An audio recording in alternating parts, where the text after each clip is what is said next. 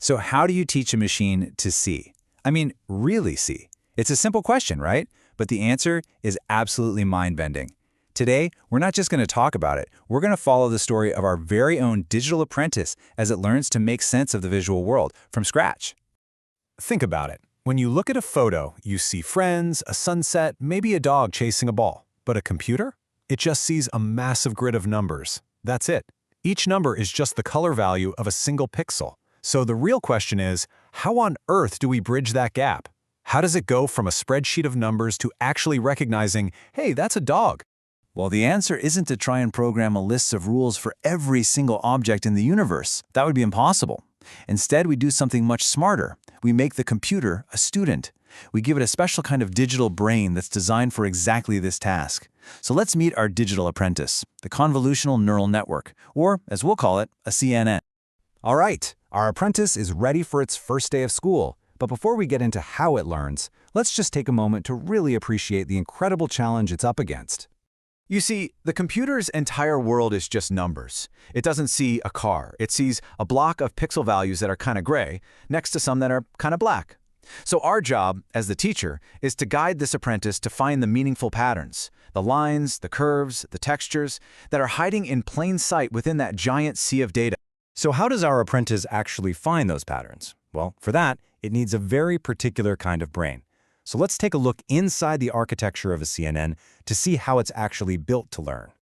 Okay, so a CNN is basically this specialized digital brain, and it's engineered from the ground up to process visual information. What's really cool is that its structure is actually inspired by the way our own brain's visual cortex works. You could almost call it digital biology in a way. We can kind of break down our apprentice's brain into a toolkit for seeing. First up, you've got the convolutional layers. These are like its eyes, and they scan across the image looking for basic patterns. To do that, they use filters, and you can think of these as little magnifying glasses, each one tuned to spot a very specific feature, like a vertical line, or a patch of green, or a sharp corner. Then, after all that feature spotting is done, all that information gets fed into the dense layer. This is like the apprentice's cerebral cortex, where it pieces all those little clues together to make its final guess. And just like any student, it starts with the basics. The very first layer might use, say, 32 of those filters to spot really simple things, like lines and curves. But as the information moves deeper into its brain, a second layer might use 64 filters. Now, why more? Well, because now it's not looking for simple lines. It's looking for combinations of those lines that make up more complex ideas, like an eye, or a nose, or a wheel. It's building up its knowledge layer by layer. So, what does the apprentice actually see at the very, very beginning of its training? Take a look. This is a visualization of its initial filters. It's not seeing objects, is it? It's just this chaotic world of abstract colors and simple textures. This really shows you the starting point of its journey, learning to find some kind of meaning in what starts out as pure noise. Of course, even the most brilliant apprentice can't learn without some good study materials, right? So the next critical step is to get its digital textbooks ready. And this study prep is a super important three-step process. First, we load the labels. This is basically the answer key, so it knows that a picture of a cat is supposed to be labeled cat. Second, we load the images themselves, the actual textbook pictures. And third, we normalize the data. This is kind of like cleaning up all the pictures, making them a standard size and brightness so our apprentice can focus on the important features without getting distracted by the little things. Okay, our apprentice has its brain. It's got its textbooks. Now comes the most exciting part, the crash course in learning. This is where the training really begins. Now, the training happens in these rounds called epochs. An easy way to think of an epoch is as one complete, really intense study session. During a single epoch, our apprentice looks at every single image in its textbook, makes a guess about what it is, checks the answer key, and then learns from every single one of its mistakes. And it doesn't just learn in a random way. No, it uses this really clever strategy called the atom optimizer. Imagine that learning is kind of like trying to find your way through a giant, complex maze to get to the right answer. The atom optimizer is like a smart guide that helps the apprentice adjust its path just a little bit after every wrong turn, so it finds the fastest route to the solution without getting stuck in a dead end. So how effective is this crash course?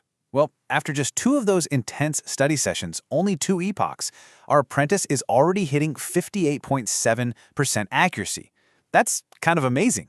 In a very short time, it's gone from seeing just random noise to correctly identifying images almost 60% of the time. The learning is definitely happening, and it's happening fast. But here's the critical question you have to ask any student. Is it actually learning the material, or is it just memorizing the answers in the textbook? It's time for the final exam. Okay, so on the practice material, the stuff it already studied, our apprentice scored a respectable 71%. Not bad at all. But look what happens on the final exam, when we show it brand new images it's never seen before. The score plummets to 45%. That huge gap right there, well, that's very, very telling. You see, this gap between the practice score and the exam score is the classic sign of a student who just memorized the answers in the textbook instead of truly understanding the concepts. And in machine learning, we have a special name for this exact problem. It's called overfitting.